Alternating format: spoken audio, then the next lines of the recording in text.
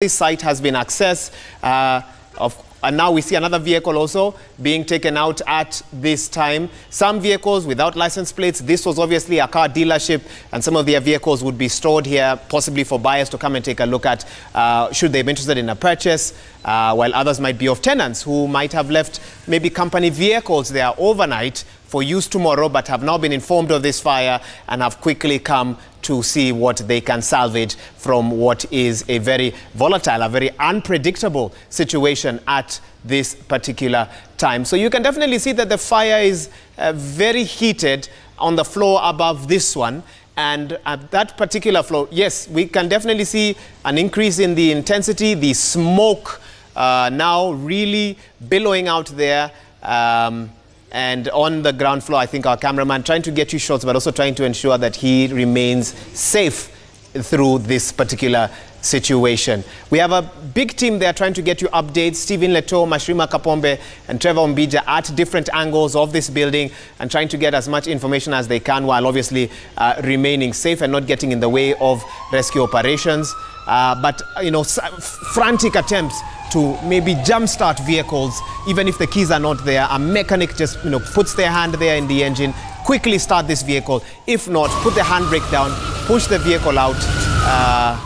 That seems to be the priority of this group that for now, of course, remain unidentified, possibly tenants, possibly even well-wishers who want to help out in a situation just like this one. This is Malik Heights along Gong Road, opposite Greenhouse Mall, around Adams Arcade area. It's a 9-story building, a 9-floor building that has been on fire since about 8 p.m. We're now going into 2 hours of a fire, and some predict could go on for a bit longer just because of the intensity of that flames. And now I'll be bringing Trevor Mbija back on a bit later just to explain to us why the Nairobi County say they could not gain access, because we definitely have seen their fire trucks quite close to the building. Could it be that the water pipes have not maybe possibly been long enough to get into the epicenter of that fire, where the source is at that time? We'll get more clarification shortly from that, because Trevor is currently trying to reach out to whoever is in charge of the Nairobi County operations on the ground to get further details. In terms of casualties, we don't have an exact number. We have seen some people trying to get some treatment at one of the 4 ambulances that are currently stationed there, or that have been there for the better part of the hour, and we'll get a better figure from whoever is in charge of this firefighting operation as and when we can. But what is of concern, you can definitely see different materials, pouring out from where the fire is, and this remains a concern for those who are trying to remove those vehicles, because that is now a very dangerous situation. But this is what we have for you, for our viewers, live images. Malik Heights, a building opened back in 2017, and we've been showing you pictures earlier of a building that you must have passed many times if you're a regular user of this road. We were still within rush hour, about 8 p.m. when the fire began, so Gong Road must have been quite busy. And so what the police are trying to do at this time is to ensure that they keep eyewitnesses are far away from this site, at the same time manage traffic appropriately on what is one of Nairobi's busiest roads, Gong Road, but at the same time assist firefighters to get to the source of this fire and try and douse out the flames as quickly as possible. But those are some images. Let's see if we can bring in Trevor Mbija. Sorry, I interrupted you a bit earlier on. You are just explaining to us what Nairobi County are saying is one of the main challenges with dealing with this particular fire. Trevor, do we still have you online? Waiga, I'm not sure whether you can hear me from there. I've just been scouting the building, and I can tell you the reason why the Nairobi County is saying that there's a bit of a problem with the access is really because behind that building there are presidential apartments. On the other side, there's another building that is also coming up that has other offices as well.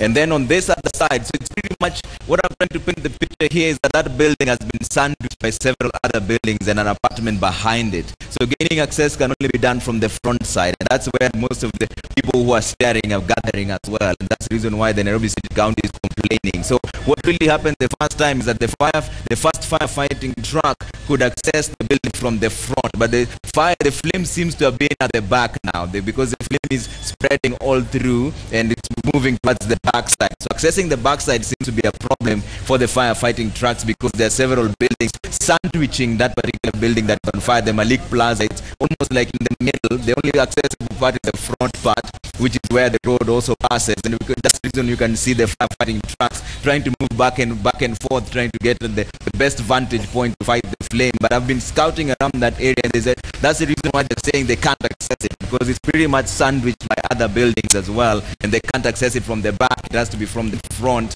So they have to make sure that the ladders get through all through to the farthest end where the flames are now concentrated. The smoke is becoming much more intense. However, the flame seems to have been contained. We're not sure whether it's spreading faster than thought of, but the trucks are already here. There's no confirmation of casualties yet.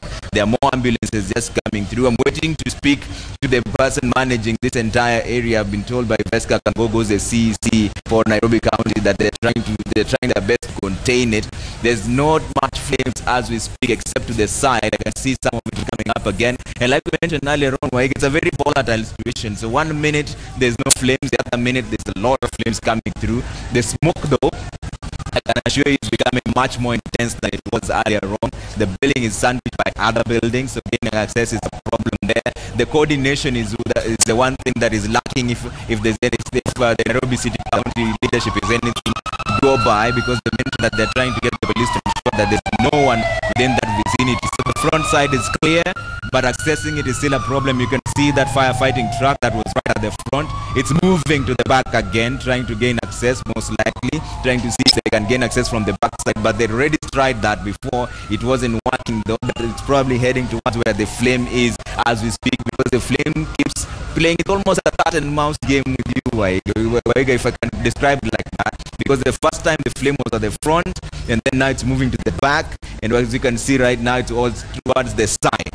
And the car dealership is where it's mostly concentrated on. The explosions have died down a bit, but it's still a very volatile situation from where we stand. The people have been cleared, but as I mentioned to you earlier on, the people who were in the residential apartments just behind the building say they've not been officially evacuated, but they're staying outside of their homes for now until the situation is contained, because they're not sure that it will spread to them. There's also Nairobi Hospital that is just, Nairobi Women's Hospital that is just on the Kirichwa Road as well, just behind it. There are several ambulances lining up just in front of the Nairobi Women's Hospital as well. It's still a very dicey situation as we speak.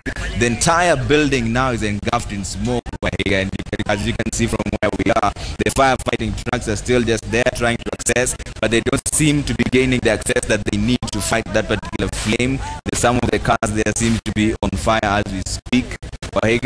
Trevor, a bit of concern, obviously, in terms of the safety of those who are trying to remove the vehicles in the basement. Who is in charge of the operation, and is that something that has been allowed? We can see frantic attempts to remove vehicles, to jumpstart some of the vehicles, because the keys might be in the building upstairs, a place that's not accessible. But how safe is this? What happens if that basement wall collapses? And we also have Stephen Leto on the line. Leto, if you have any insights on this, please give them to us, because there's a lot of concern about the safety of those who are at the basement or within the basement right now. Well, thank you, Waiga. It's still a tight situation. It's a tight part because the people who have been tasked to remove, evacuate vehicles inside that basement, the vehicles are new and there are no keys for the vehicles, and so it's several men trying to really carry the vehicles in their way. The owners of this particular yard are saying that they cannot really trace any of all the vehicles that are at the basement. And so they have sort of hired people to try to carry the vehicles literally out of this particular building. What again we are seeing is they are breaking the doors to ensure that there is free, evacuation of all those vehicles. But remember, the fire has been cornered, but we can still spot the fire at the first floor where the yard extends to. I've just met the Samburu speaker, who tells me that they also have offices, law firm offices, at the second floor of this Malik of this building. And so we are still monitoring the situation, and of course it's a tight one, Wahiga, because we have seen ambulances still stayed here, as well as the firefighters, the fire engines coming in and out, meaning both that that have run out of water go back and, bring more water to try to put out this fire.